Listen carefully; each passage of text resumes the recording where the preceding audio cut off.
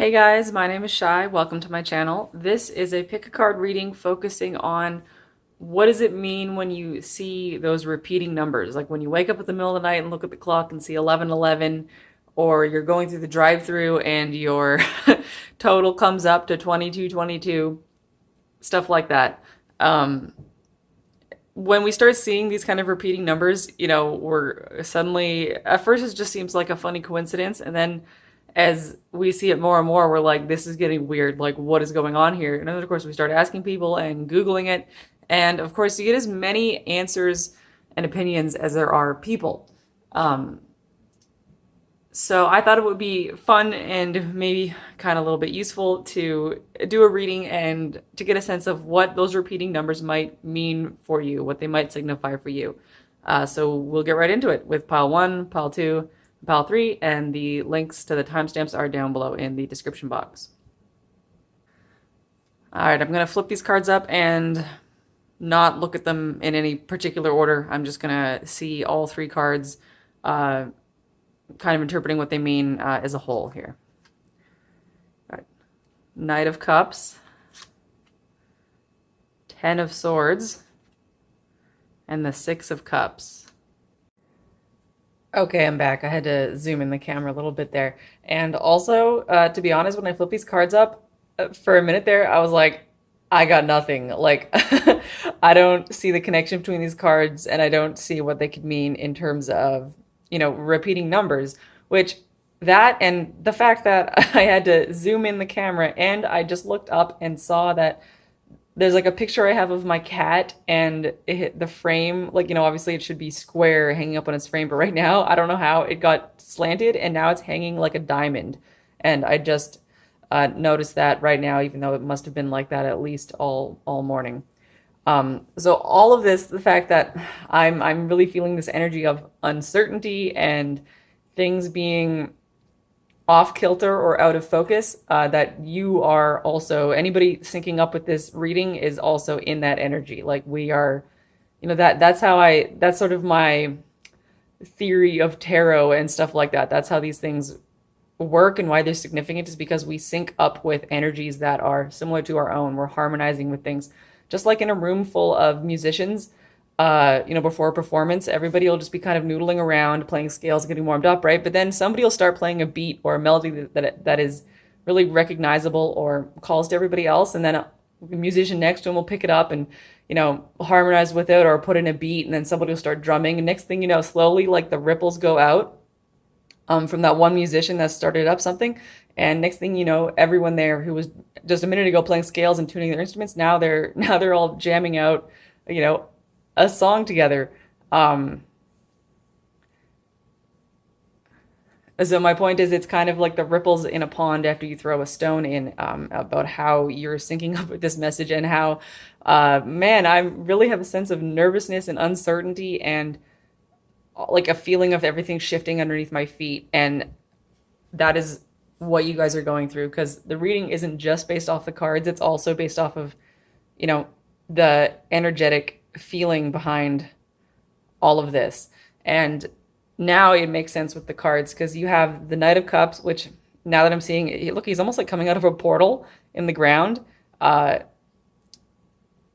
see this, especially, I was really drawn to the fact that he's faceless. Of course, I think all of the cards are faceless. The cards with people on them are faceless in this deck, Mystic Monday's deck. I'm really seeing this, but he's offering you a cup. This is a message from the universe, which makes sense because that's what these repeating number things kind of are. But what is the message? It's that you are in this deep state of a paradigm shift, and that is where your sense of instability and groundlessness and formlessness is coming from. The Ten of Swords, not to me meaning, you've been stabbed in the back and you're dead, but something is done, something is over, and it is really a mental paradigm. So you guys have been going through some kind of like, spiritual awakening is the easiest term to like to throw out there to get my point across.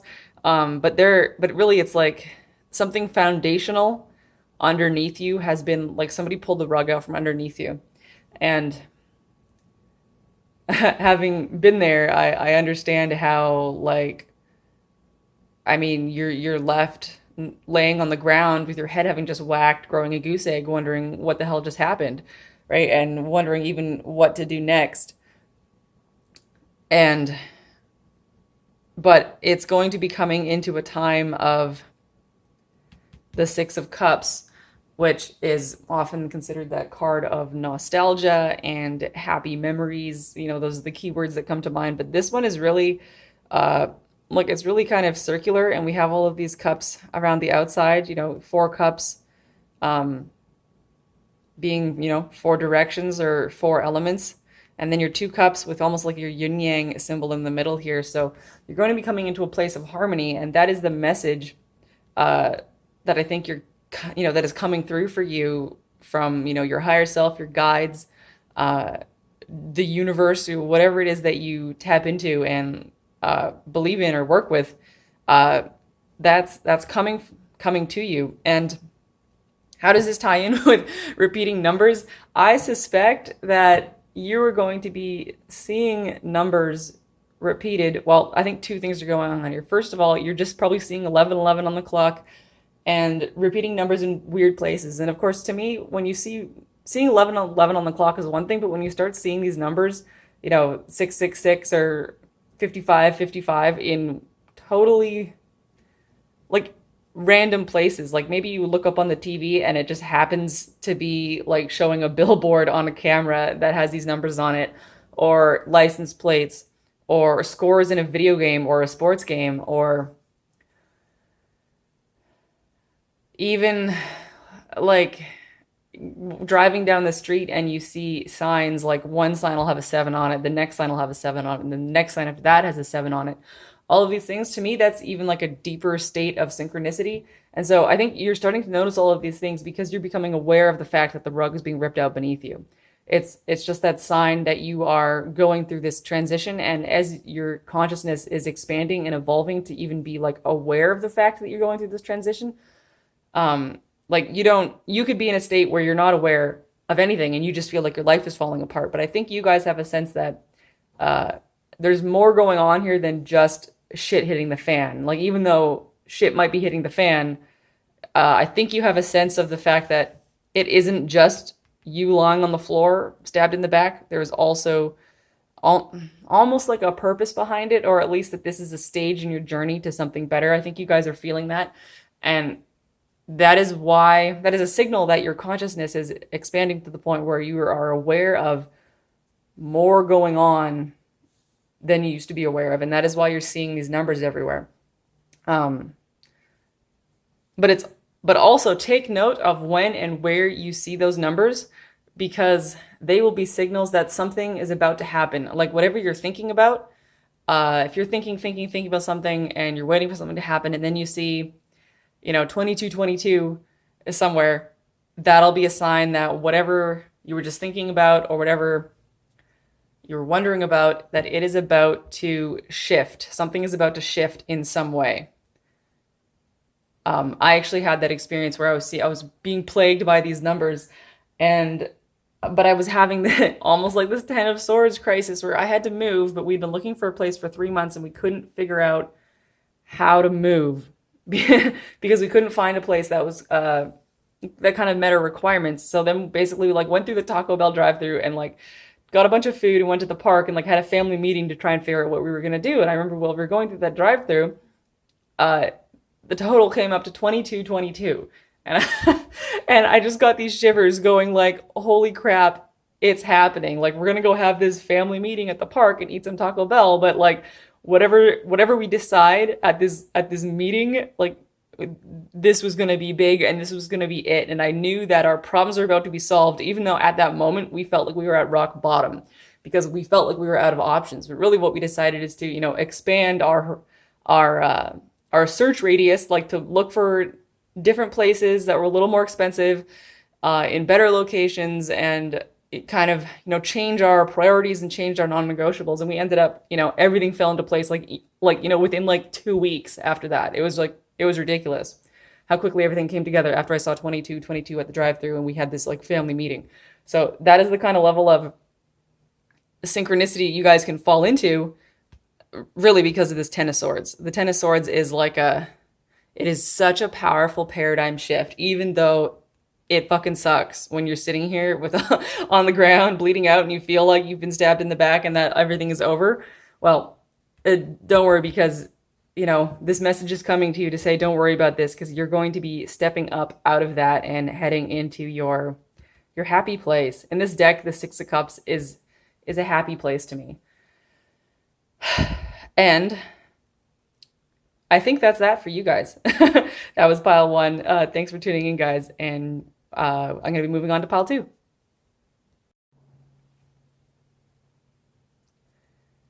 Hey, pile two, welcome to your reading.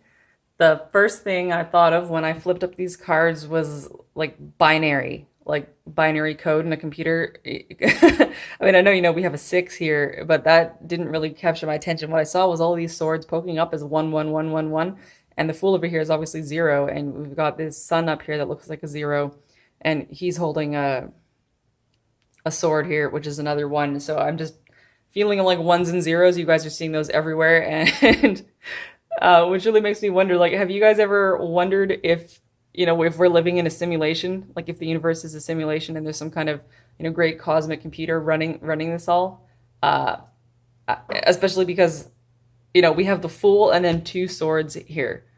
So you guys, I think, at least right now, are definitely tuning into your left brain, your masculine energy, but like in a really healthy way, because it's your Fool's journey going from the Fool to the King of Swords, right? So I see this as like a really healthy manifestation of your logical, analytical mind. And the Six of Swords is just riding, to me, this Six of Swords is riding the waves. Look at that, you're riding the waves. It's usually that card of departure, when there's those, like, that family in the boat, rowing to overseas. But this particular Six of Swords doesn't have that to me. It is riding the journey. You guys are riding some kind of mental journey, and you're seeing these ones and zeros. I can't even talk about this without thinking of the Matrix. Like, were you guys really into the Matrix back in high school? Or I don't know how old you guys are. I was in high school when the Matrix came out, and obviously it was a big deal. And that was really the first time that anybody, my age, like teenagers, had thought of this idea that, that we're all living in I heard people would throw the word around dream world. That was the way, teenagers described the Matrix to each other. That it's a dream world, and we wake up and find out that everything we had believed in was fake. Because of course, when I was like 13 and 14, we didn't have a very good, like, conceptual grasp of the Matrix, but we understood this idea of a dream world. And of course, now more and more people are talking about how the universe is actually a simulation. And what I've been thinking of more and more lately is that, I kind of go back and forth through thinking about, is the universe a simulation? Are we actually just living in a giant computer? Or, is everything really organic and consciousness based? And I'm like, well, I don't think those ideas are necessarily mutually exclusive. If we are in like a computer, I think that is probably, at least to my thinking today, I change my idea on this like day to day. So right now, as I'm saying this, I'm feeling like we probably are in some kind of computer, but it's not a computer as in, the desktop computer that, I'm going to edit this video on. It would probably be some kind of, I don't know if organic is the right word, but like a consciousness, like a computer based in consciousness. So I think at some point,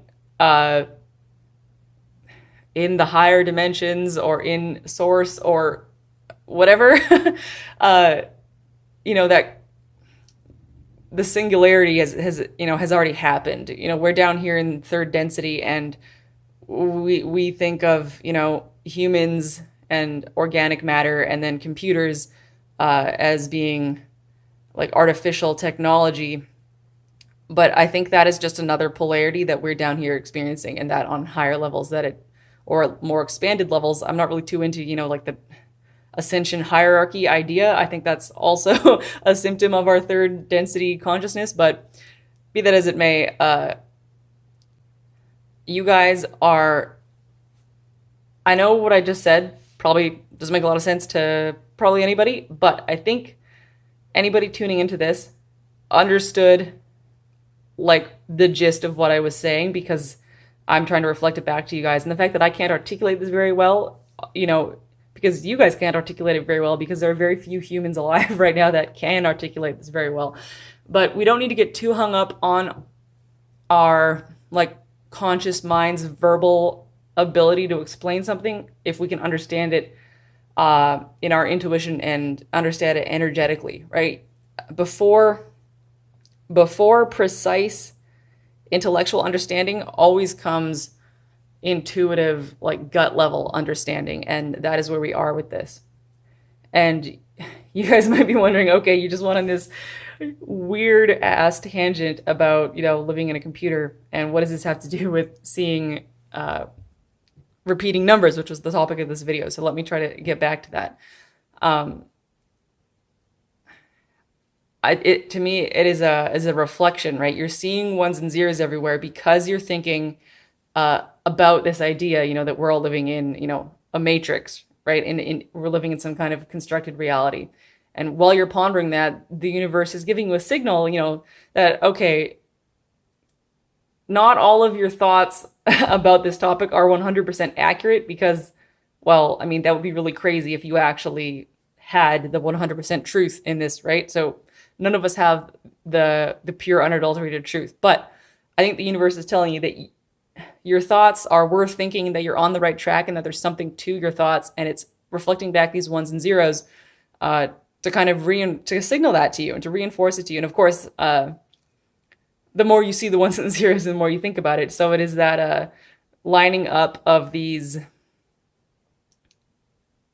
cause and effect when you're going, when it's a chicken and the egg type of thing, which one is causing the other, but really they're probably both caused by a third, like, external source, you know, being, you could say, you know, your higher self planning this all out and orchestrating this all out for you, would be one way of thinking about that. The other way of thinking about this is, who was that physicist? Wheeler, something, Archibald Wheeler. I think he was the guy that kind of popularized the concept of when you look up at a star and you see the light coming from the star, and of course the light left that star from our human perspective like millions of years ago, but that star wouldn't have released that photon that entered your eye unless you were standing there to receive it. Of course, and how could the star have known millions of years ago that you're going to be standing looking at it? Well, it didn't, because from the photon's perspective, the photon doesn't exist in linear time. It's just going into your eyeball in no time. And that is not really a concept I'm well qualified to talk about, but, you know, if you want to look into that, I can't remember his first name. Maybe it's John, but it's some guy named Wheeler, Wheeler, and he's a physicist. I think he worked on the Manhattan Project. You should be able to find him if you want to know more about that, although you guys probably already know about him and could probably give me a lesson about this, because you're like the ones and zeros people. Okay, and I think for you guys, I'd like to pull a moon card just to get like a little bit of stability here. Let's see if there's like a parting message from your higher self or the cosmos or the quantum computer or whatever it is. Let's see what we got here. I already shuffled these a bunch, but just give them a little bit here. Okay.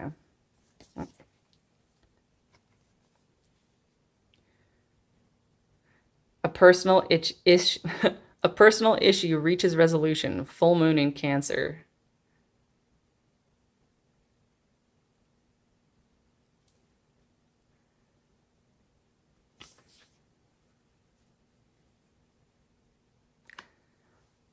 Well, there you go. Whatever has been going on with you and your ones and zeros that I think has probably been tormenting you, and you guys have been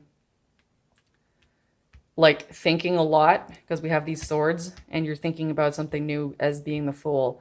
As you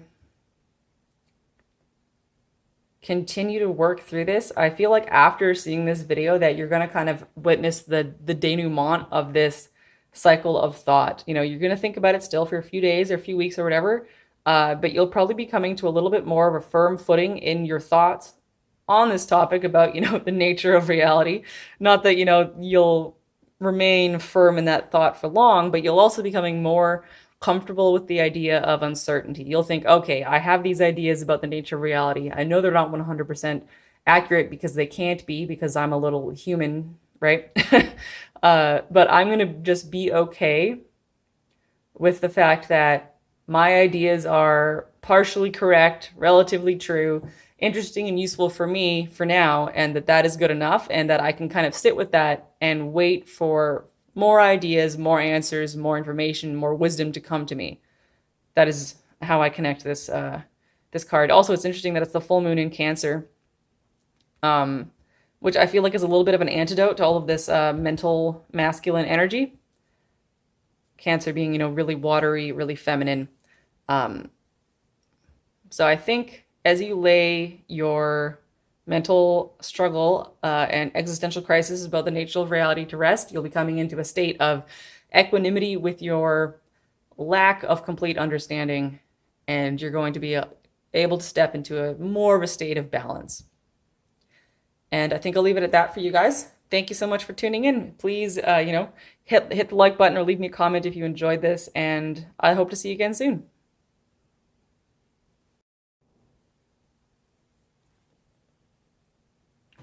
Hey, Pal 3, welcome to your reading. Right away with these, so you guys have the Six of Pentacles, the Two of Pentacles, and the King of Cups. And right away, like obviously with these two cards, the first thing I thought of was like juggling. That you guys have a lot that you were like physically juggling. Like I just saw an image of a woman with a baby on one hip, a laundry hamper on the other, and she's got dinner on the stove, right? That kind of thing. You guys have a lot going on.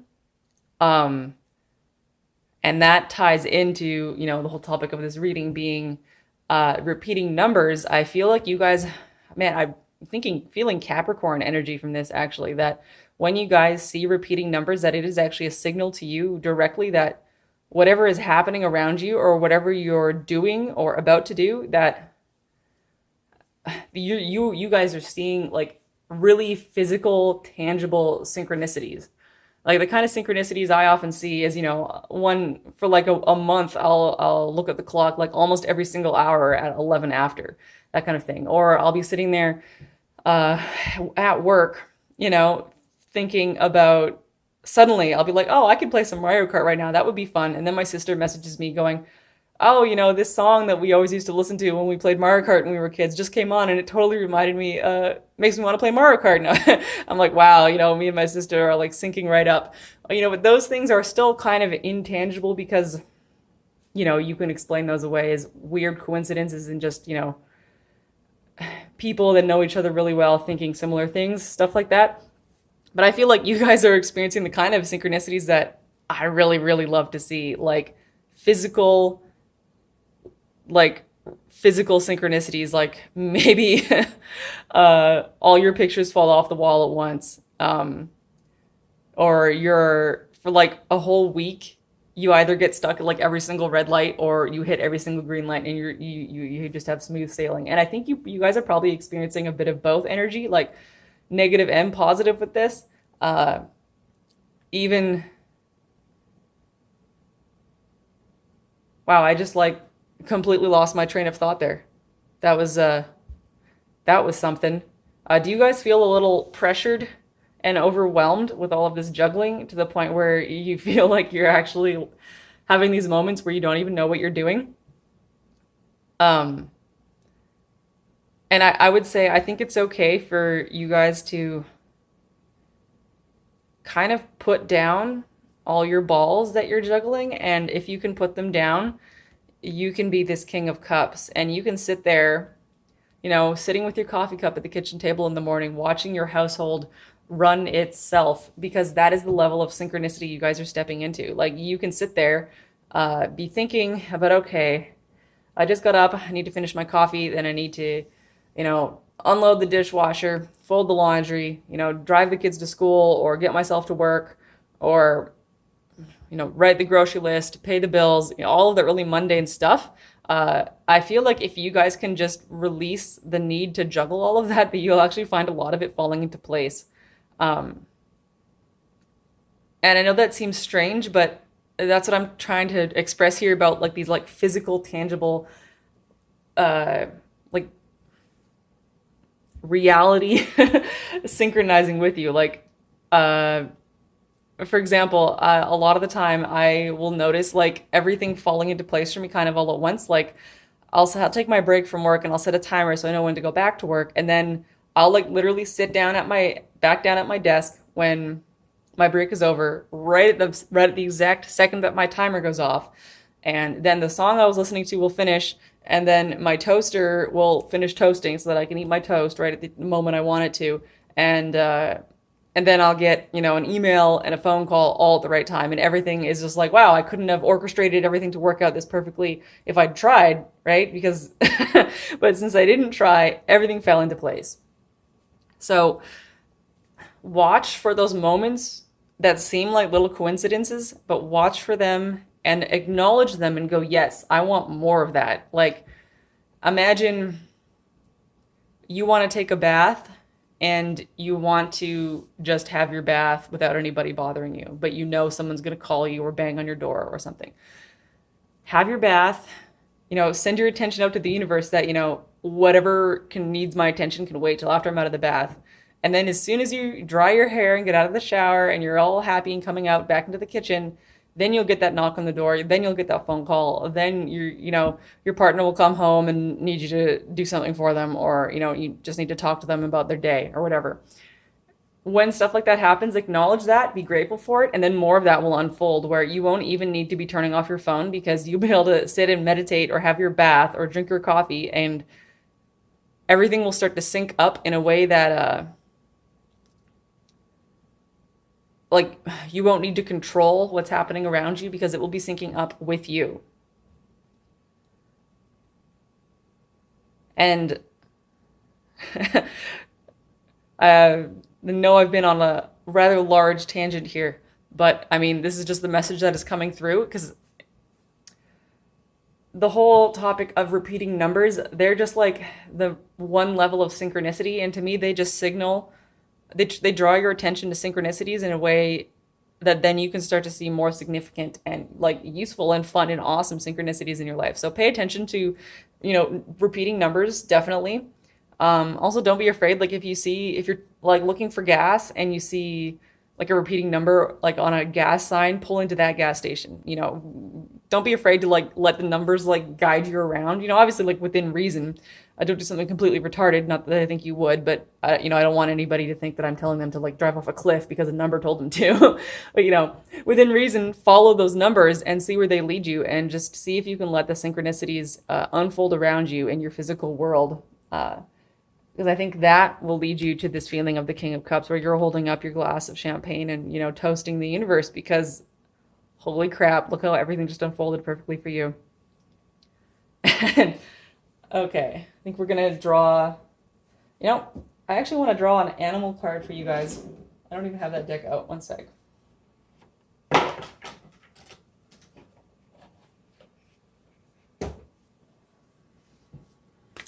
not sure why, but this deck wanted to hang out, and it has something to say to you guys. So this is the Divine Animal Oracle. It's been shuffled more this morning, so I'll just give it a little bit of a shuffle here. Which card wants to pop out?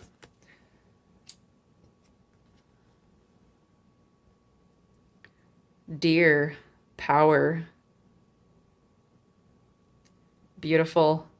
This card really speaks of feeling weak, but finding your strength. I remember when I first pulled this card and I was like, how are deer a symbol of power? Because where I come from, the deer are like cute, adorable, little, like small, like they actually just kind of look like large dogs. The deer are very, very small, really hard to see. They get lost in the forest. Like, you're actually really lucky to see one. And people, are really excited to see deer where I'm from.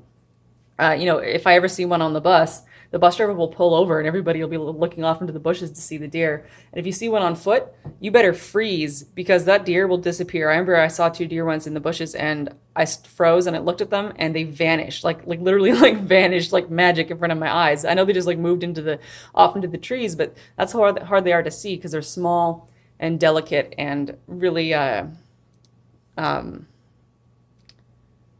almost like amorphous, right? They just disappear into the woods. So I when I first pulled this deer card, I was like, how is that kind of deer power? But I was like, well, there's so much more to it than just that kind of deer. Deer might seem weak, but of course, is where I live currently, people don't like deer because the deer that are here are called mule deer, and they're not like the deer I just described at all. They actually look like giant mules, and they have uh, big antlers, and they don't live in the forest. There is no forest here. I live in like a sagebrush desert, and these deer, they'll just be all over the road. They like go over the highway. They live in like small herds, and they really are destructive to crops and everything. And that's because here there's no wolf population to.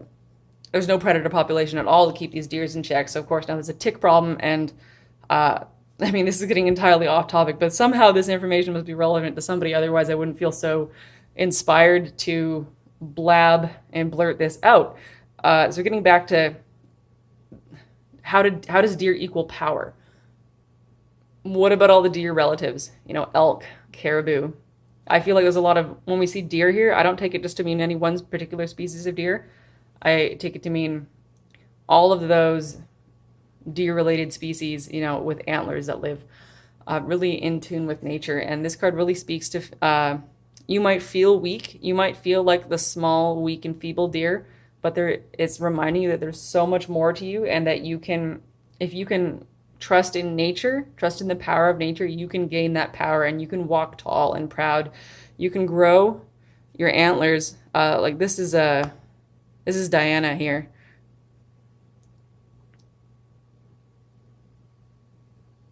Goddess of the hunt. You can be her. You can grow your antlers, and you can channel that power that is in the earth, which I love. You having these two pentacle cards, and you don't have to feel weak or powerless or small or overwhelmed at all. You will grow your antlers and channel the power of the earth. That is really how I'm feeling that should be expressed. And I think remembering the deer, remembering your deer magic, invoking deer magic if you feel like it, imagining growing from like a small Bambi-like deer to, a big magnificent stag with like a just awesome rack of antlers. That is what the universe is wanting you to think about and to do when you're seeing these numbers and when you're seeing these synchronicities manifest themselves into your life. You're moving from a place of weakness to power as the King of Cups by using this deer magic. And I think I'm going to leave it at that. And that'll be the end of this video. So thank you so much for tuning in, guys. Please, like, subscribe, or leave me a comment if this resonated with you. This is a new project for me, and I would love to hear from anybody who was into this. So I hope to see you guys again later. Thanks, and goodbye.